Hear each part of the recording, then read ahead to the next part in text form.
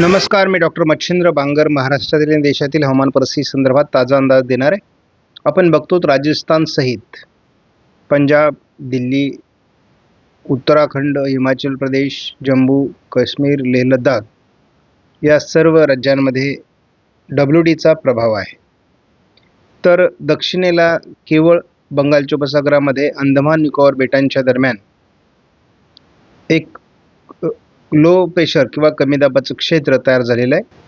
भारतीय हवामान खात्याचा बदललेला अंदाज आपण मुद्दाम दुसऱ्या दिवशी बघत असतो. आज 14 तारखेचा अंदाज आपण मुद्दाम बघतो की उत्तराखंड, पंजाब, दिल्ली, उत्तर प्रदेश, पूर्व मध्य प्रदेश या भागात, त्याचबरोबर संपूर्ण पूर्व भारतातील राज्यांमध्ये मोठ्या प्रमाणात धुवीचा प्रभाव निर्माण झाला आहे. शिवेर अशा प्रकारचं वातावरण या ठिकाणी तयार झालं आहे. थंडीची लाट कर्नाटक आणि तेलंगणामध्ये असून कर्नाटकच्या उत्तर भागात थंडीच्या लाटेचा अतितीव्र प्रभाव निर्माण झाला आहे आणि महाराष्ट्राला हा लागून असल्यामुळे महाराष्ट्राच्या दक्षिणी पट्ट्यात याचा प्रभाव निर्माण होतो आहे. कर्नाटक, तेलंगणातील थंडी कायम राहणार असून उत्तर भारतातील आणि पूर्व भारतातील राज्यांमधील धुक्याचा प्रभावही कायम राहण्याची शक्यता आज 15 तारखेला आहे. आश्चर्यकारकरित्या आपण बघतो की दक्षिण भारतामध्ये थंडीची लाट आहे, जी उत्तर भारतामध्ये जनरली असते, परंतु आता आपल्याला संपूर्ण कर्नाटक, रायलसीमा, तेलंगणा, दक्षिण महाराष्ट्र, छत्तीसगड, ओरिसा, आंध्र प्रदेश, अगदी तामिळनाडूपर्यंत थंडीच्या लाटेचा प्रभाव सरकतो आहे आणि हा हवामानातला मुख्य बदल आहे, हे लक्षात घ्या. 18 तारखेला डिसेंबरच्या उत्तर भारतामध्ये, खास करून अरुणाचल प्रदेश आणि जम्मू काश्मीरमध्ये मोठ्या प्रमाणात बर्फवृष्टी होईल असा अंदाज व्यक्त करण्यात आला आहे. सध्या उत्तरेकडील अनेक राज्यांमध्ये बर्फवृष्टी होत असून त्या ठिकाणी नागरिकांना शेकोट्यांचा आधार घ्यावा लागला आहे. आपण या ठिकाणी बघतो की उत्तर भारतामध्ये धोक्याचा अनेक राज्यांमध्ये प्रश्न निर्माण झाला आहे.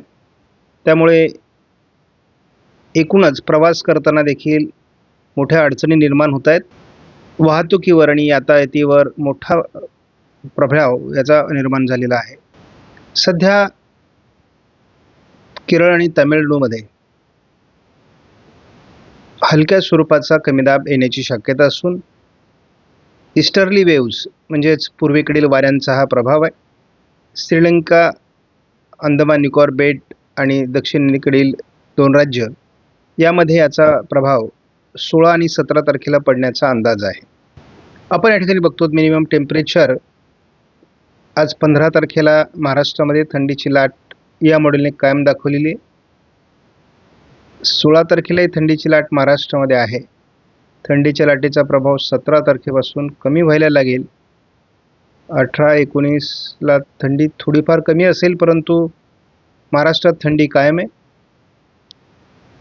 आपण 20-21ला थोडी पूर्व विदर्भामध्ये थंडी कायम आहे, परंतु मराठवाड्यातही थंडी कायम आहे.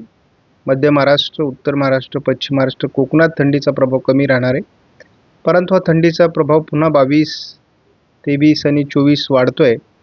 त्यामुळे थंडीमध्ये चढउतार होतील. या दरम्यान म्हणजे 23-24च्या दरम्यान एक प्रभावी WD राजस्थान, गुजरातच्या दरम्यान सरकण्याची शक्यता आहे आणि त्यामुळे या ठिकाणी थंडीच्या प्रमाणामध्ये चढउतार होण्याची देखील शक्यता आहे. अति उत्तरेकडील राज्यांमध्ये बर्फवृष्टी होते. आपण सध्याच्या परिस्थितीनुसार बघतो तर अति उत्तरेकडील राज्यांमध्ये बर्फवृष्टी आणि अंदमान निकोबार बेटांच्या दरम्यान हलकं कमी दाबाचं क्षेत्र ही सध्याची परिस्थिती आहे. यामध्ये 17-18च्या दरम्यान थोडं तामिळनाडू आणि केरळच्या दरम्यान पावसाळी परिस्थिती निर्माण होऊ शकते. उत्तरेला एकापाठी एक येत असलेल्या WDमुळे बर्फवृष्टी ही अति उत्तरेकडील राज्यांमध्ये होत राहणार आहे. त्यामुळे एकापाठी एक WD उत्तर भारतात येत राहतील.